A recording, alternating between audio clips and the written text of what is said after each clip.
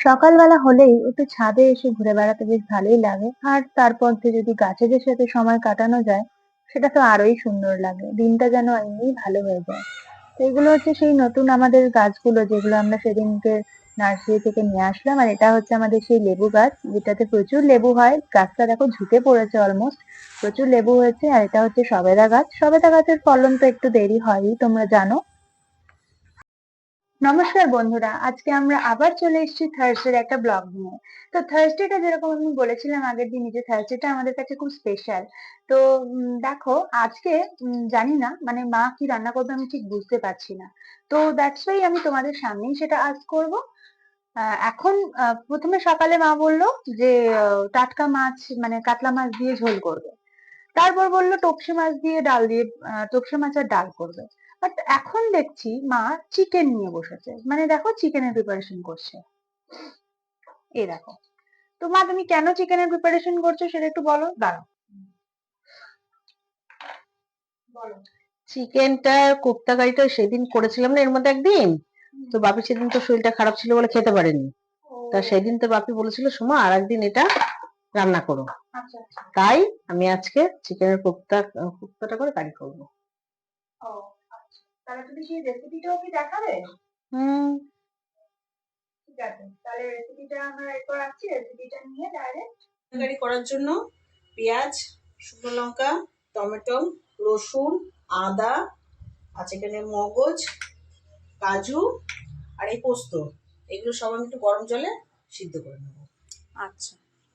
এই দেখ, সব আমি গরম জলে এবার দিয়ে দেবো। জলটা গরম করে নিয়েছি। কাজু বাদাম দিয়ে দিলাম, মগজ দিয়ে দিলাম, পোস্তটাও দিয়ে দিলাম। তাহলে এগুলো সেদ্ধ হয়ে গেছে তাই তো? হ্যাঁ, ওগুলো সিদ্ধ হয়ে গেছে, কমপ্লিট। এবার আমি নামাবো। এবার আবার ছেঁকে নিতে হবে হ্যাঁ হ্যাঁ, তাই তো? জলটা ফেলে দেবো। হুম। এগুলো পেস্ট করে নিবি। হ্যাঁ আচ্ছা। সেদ্ধ করা জিনিসগুলো নিয়ে নেওয়া হয়েছে মিক্সির বাটিতে, এবার এগুলোকে পেস্ট করা হবে। হ্যাঁ, এগুলো এবার কি করবে একটু বলে দাও। এগুলো ওই যে চিকেনের মধ্যে দেবো। হুম পেঁয়াজের কিমা করব, হুম। লঙ্কার কিমা করব, আর ধনে পাতাটা একদম কুচি মিহি করে ফেলবো। আচ্ছা, করে এগুলো তারপর সব মিশিয়ে চিকেনের করে মধ্যে একদম সব এগুলো চিকেন মিক্স করবে তাই তো? সব পেস্ট করবো। আচ্ছা, কিমাটা কিসে করছো? আমি এই যে আমার বলে করছি। আচ্ছা আচ্ছা। এদিকে পেস্টটাও কমপ্লিট হয়ে গেছে। আছে কুচনো দিয়ে দিলাম। আচ্ছা, এবার চিকেনটাকে তাহলে তুমি ম্যারিনেট করবে তাই তো? হুম। আদা রসুন বাটা 2 চামচ দিলাম। ধনে গুঁড়ো জিরে গুঁড়ো একসাথে মেশানো। হ্যাঁ, হাফ চামচ টক দই দিলাম। জল ঝরানো টক দই তাই তো?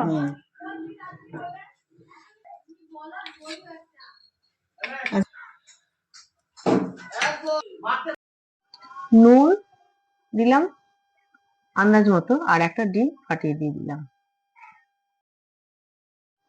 এবার এই চিকেন পেস্টটাকে ভালো করে মেখে নিতে হবে। সবকিছু একসাথে যাতে মিশে যায় সেভাবে মাখতে হবে। কতক্ষণ ধরে মাখতে হবে তাও মোটামুটি? বেশিক্ষণ নয়, এটা একটা আন্দাজে, মানে যতক্ষণ অব্দি না এটা মানে বেশ মানে ভালো মতন আর কি সবকিছু মিক্স হবে আর কি। এবার এটা কি, এটা বোধহয় বিস্কুটের গুঁড়ো দিচ্ছি না? বিস্কুটের গুঁড়ো দিলাম এটা। আচ্ছা। এবার দেখুন ওই স্টিম দেওয়ার জন্য আমি একটা জালি বাটি থালা নিয়ে নিয়েছি। ম্যারিনেট করা কমপ্লিট হয়ে গেছে। এবার আমরা মা এটাকে বলস বানাবে, ঠিক আছে? বল বানিয়ে এটাকে রাখবে। এই প্লেট নিয়ে নিয়েছে।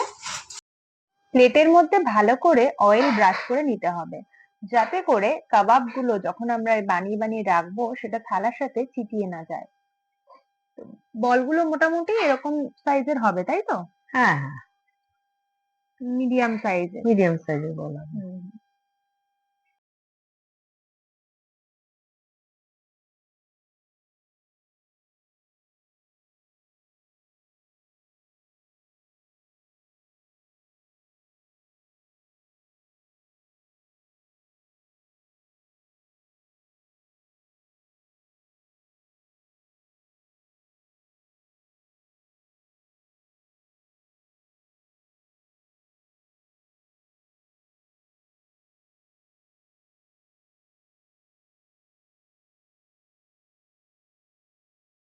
আলুটা দিয়ে আবার কি করবে তুমি?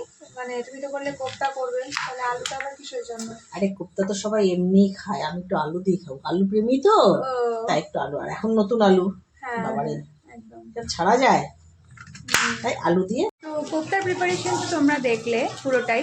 এইবার কোপ্তাটা মা এবার মানে প্রিপারেশন শুরু করছে, তো সেই ভিডিওটা আমরা এবার দেখে নেব যে কিভাবে মা প্রিপারেশনটা করছে। কড়াইতে তেল দিয়েছি, এবার এটা হালকা ফ্রাই করে নেব। সাবধানে সবাই, কারণ ছিটে আসছে কড়াইতে, মানে গর্জেতে গরম এবার একটু নুন দিয়ে দিতে পারেন, কারণ তাহলে আর ছিটবে না তেলটা, তাই তো? হুম।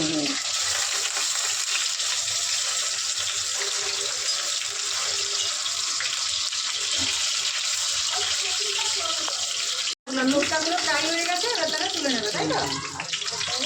ভালো কমপ্লিট। দিলাম ফোড়নে, আলুগুলো কেটে রেখেছিলাম এগুলো দিয়ে দিলাম।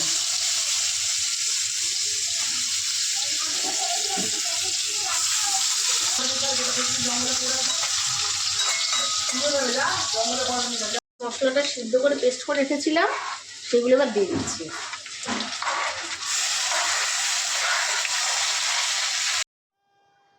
এবার আমি জিরে গুঁড়ো 1.5 চামচ আর ধনের গুঁড়ো ওই 1.5 চামচের মতো দিলাম। হলুদ দিলাম, নুন দিয়েছি। নুনটা মোটামুটি আন্দাজ মতো নুনটা দিতে হবে। আপনাদের আন্দাজ মতো দেবেন, যে যেরকম বানাবেন তার উপরে নির্ভর করে। আর টক দই দিলাম। টক দইটাকে ফেটিয়ে দিতে হবে? হ্যাঁ, টক দইটাকে ফেটিয়ে তাই দিয়ে তারপরে ভালো করে কষাতে হবে আবার মশলাগুলোকে একসাথে, ভালো করে যাতে মিশে। মশলাগুলো কষানো হয়ে গেছে, এবার এর মধ্যে কি জল দেবে? একটুখানি বাদে দেবো, 2-3 মিনিট বাদে। আর একটুখানি কষিয়ে নিয়ে আমি এবার এর মধ্যে গরম জল দিয়ে দিলাম। জলটা আর গরম জলটা কিন্তু অবশ্যই দিতে হবে। হ্যাঁ, গরম জল। জলটা কিন্তু গরম দিতে হবে। কতটা পরিমাণে এবার জল আন্দাজ দিতে মতো হবে? যে যেরকম গ্রেভি রাখবে তার উপরে। আচ্ছা। এবার ঝোলটাকে ভালো করে ফুটিয়ে নিয়ে, যেহেতু গরম জল দিয়েছি, বেশি না ফুটালেও মানে তারপরে আমি কোপ্তাগুলো এক এক করে সব দিয়ে দেবো এর মধ্যে। ঝোলটা মানে এটা ফুটে এসে ফুটে আসবে ঝোলটা। গরম মশলা দিলাম, এবার কাস্তুরি মেথি দিয়ে দেবো এর মধ্যে, দিয়ে ঝোলটাকে একটু নাড়াচাড়া করে তারপর এর মধ্যে কোপ্তাগুলো আমি ছেড়ে দিলাম। এক এক করে সব কোপ্তাগুলো এর মধ্যে দিয়ে দেবো। কোপ্তাটা কিন্তু শুধুও খেতে ভালো লাগছে। হ্যাঁ, এমনি এসব চিকেনের কোপ্তা টোপ্তাগুলো এমনি খেতে ভালো হয়। চিকেন তো আমরা এমনি খাই রেগুলার রাইস, বাট এইরকম ভাবে খেলে তো একটু আলাদা রকম টেস্টটাও চেঞ্জ হয়। একদম খেতেও ভালো লাগে এগুলো। ঝোলটাতে বেশ সবসময় একটা একঘেয়ে চিকেন কষা, চিকেনের ঝোল না খেয়ে এগুলো একটু মাঝে মধ্যে বানালে কিন্তু সত্যি খুব ভালো হয়। নামানোর সময় একটু ঘি দিয়ে, নামানোর আগে আর কি, নামানোর একটু আগে 2 চামচের ঘি দিয়ে তারপর একটুখানি ঢাকা দিয়ে রাখতে হবে, তাহলে কি যে গন্ধটা না পুরো জিনিসটার মধ্যে ঢুকে যায়। তারপরে দিলাম, আর এই যে ধনে পাতা, আদা, রসুন আর কাঁচা লঙ্কা রেখেছি। তো সেটা কি ফ্রাই করবে? হ্যাঁ, তো সেটা ফ্রাই করব।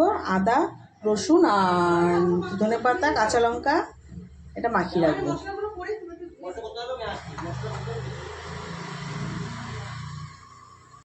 আচ্ছা, তো আমি এখন বেসন গোলাবো হচ্ছে তোপসে ফ্রাইয়ের জন্য, তাই তো? আর বেসনটার মধ্যে কি কি দিয়েছো মা, একটু বলো। ধনে পাতা, আদা, রসুন আর কাঁচা লঙ্কা। মোটামুটি আন্দাজ করে ওই 1 কাপ মতন বেসন নেব।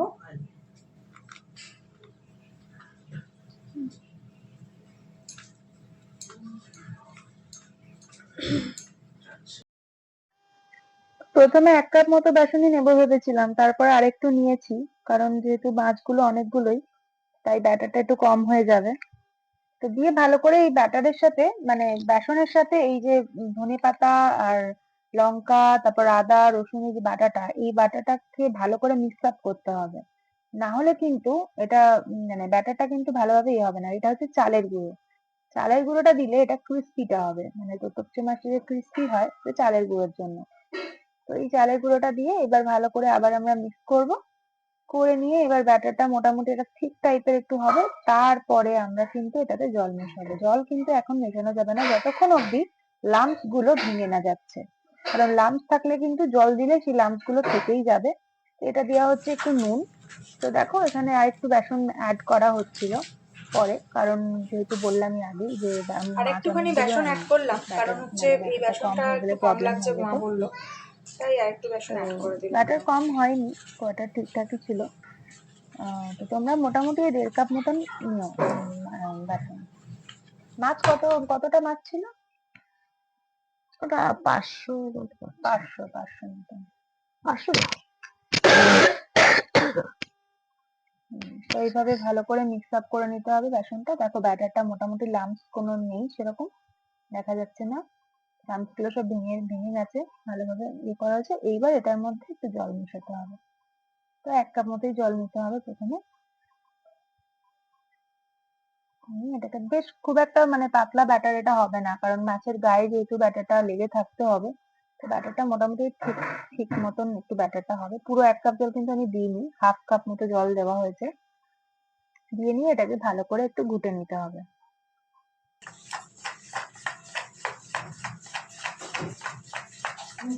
ব্যাটারটা কি ঠিক ব্যাটার হবে নাকি? একটু ঠিক হবে, পাতলা হয়ে যাবে। কি করে চুল বানাতে প্রায় তোপসের যে ব্যাটারটা তখন করেছি সেইটা এবার ভাজা হবে মাছগুলো। তো মাছগুলো এর মধ্যে ডিপ করা হচ্ছে, দিয়ে এবার তেলের মধ্যে একে ছেড়ে দিতে হবে। তেল তো গরম করতেই হবে অবশ্যই, সেটা তো সবাই জানে, রিফাইন তেল। তো আমাদের তোপসে ফ্রাই হয়ে গেছে রেডি, অ্যান্ড এগুলো আমাদের খুব মুচমুচে টাইপের একদম হয়েছে, অ্যান্ড এটা খেতেও দারুণ টেস্ট হয়েছে। এই গোল গোল গুলো যেগুলো দেখতে পাচ্ছ সেগুলো ছিল পেঁয়াজ ভাজা, লাস্টে আমরা ভেজেছিলাম আমি আর মায়ের জন্য। তো যাই হোক আমাদের আজকের থালি রেডি। দেখো থালিটাতে ছিল কোপ্তা বলস যেটা গ্রেভি যেটা বানালো মা, অ্যান্ড তোপসে ফ্রাই, রাইস, আর এটা হচ্ছে টমেটো আর ধনেপাতা দিয়ে মুসুরির ডাল, যেটা আমাদের কাছে ছিল খুব প্রিয় একটা খাবার। তো যাই হোক আজকের মতন এখানেই আমরা এন্ড করছি আমাদের ভিডিও। ভালো লাগলে অবশ্যই একটু সাবস্ক্রাইব করে দিও আর চ্যানেলটা ভিডিওটা লাইক করে দিও। থ্যাংক